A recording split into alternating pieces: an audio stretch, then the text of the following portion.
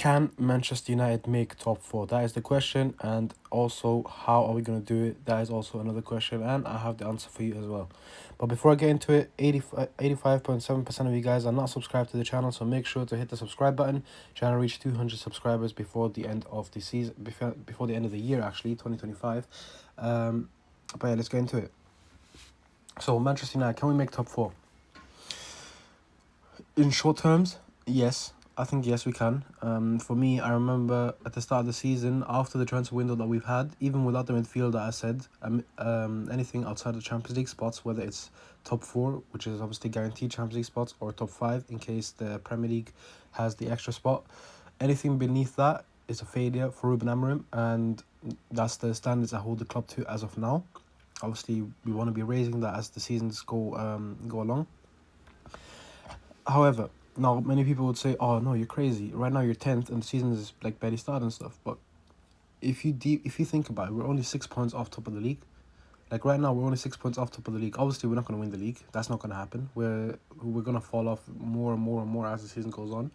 But my point is just we're not even that far off top of the league. Why can't we make top four? And the thing is, the only reason we're not in the top three right now because Bruno Fernandes missed 2 penalties. If Bruno Fernandes scored his penalty against Brentford, let's say we got a draw at Brentford, and let's say he scored that penalty against Fulham and we actually got the win, we would have been in the top three. We would have had the same amount of points as Spurs, who are in the top three. Everyone would be talking about the club a lot more differently. To be honest with you, I think I've been a bit too harsh in terms of Ruben Amorim. Now that I look at it, I think obviously like in terms of the squad, we are more than good enough to make top four. I think last season's squad should be making top six, top five now. Now that I think of it, I was staying top four, but top five, top six, that's a guarantee. Obviously 15th, that's not the level of the squad. And now obviously Amorim has his own players. Mason Mount's firing, Sesko's firing, Senna Lamens, he had a good debut.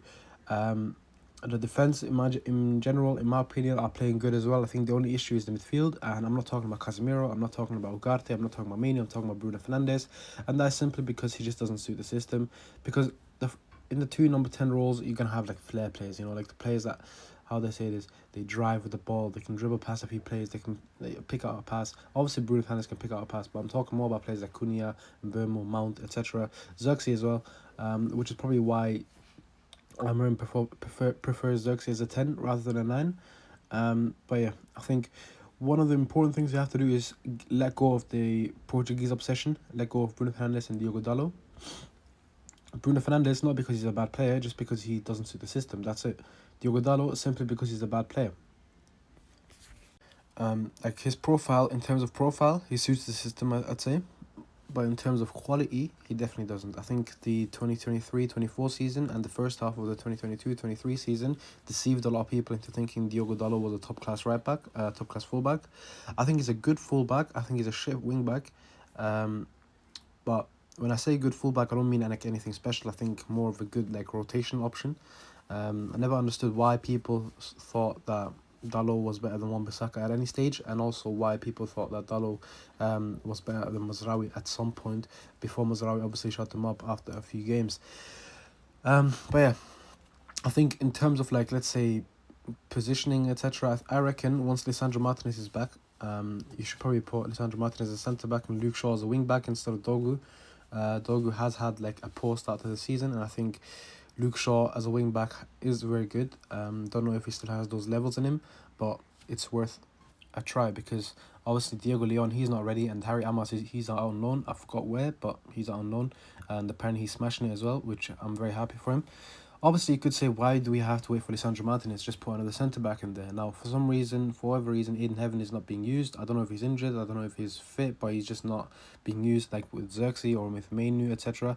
And obviously, you could say, oh, okay, what about Harry Maguire? But then again, Harry Maguire completely screws us over. We have become a worse team with Harry Maguire on the pitch. Me personally, I'm happy that Ruben Amorim doesn't put Maguire as a starter multiple times. I think I've seen Maguire start maybe 2 games this whole season, and that was like over the last 3 weeks. But yeah, thankfully he dropped that gimmick recently, and obviously we won 2-0. But yeah, I think once Lisandro Martinez is back and once the Bruno obsession fades, I think we should be for a top 4 charge. because now we have a striker to play off to in order to relieve stress. We have a goalkeeper that the defense can be confident in, and we don't have to drop hella deep in order for them to clear the ball in case Lamens spills it like Bayindir or Nana would do it.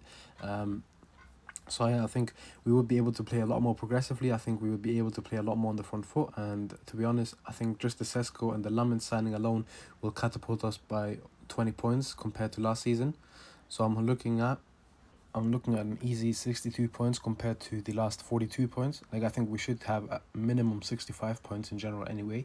I think anything below 65 points is a failure. But yeah, I guess we'll have to see how the season progresses.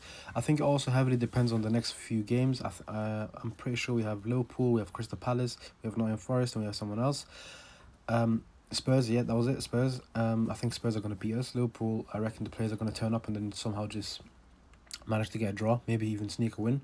A win is unlikely, but with the run they've been on, maybe. You never know. Galatasaray beat them, everyone's beaten them. And obviously Nottingham Forest, I think it depends. If Ange Postecoglou is the manager, I think we're beating them quite comfortably as well. And if Ange Postecoglou is not the manager, then I reckon they're going to have the manager bounce against us. And yeah, I forgot who else I said. Crystal Palace. Crystal Palace have been on a good run, obviously currently ruined by Everton.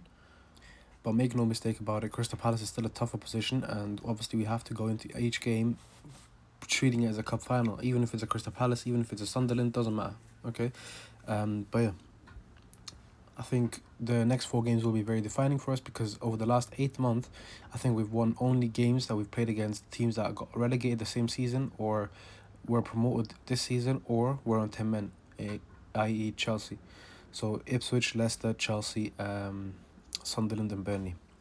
But yeah, I guess we'll have to see.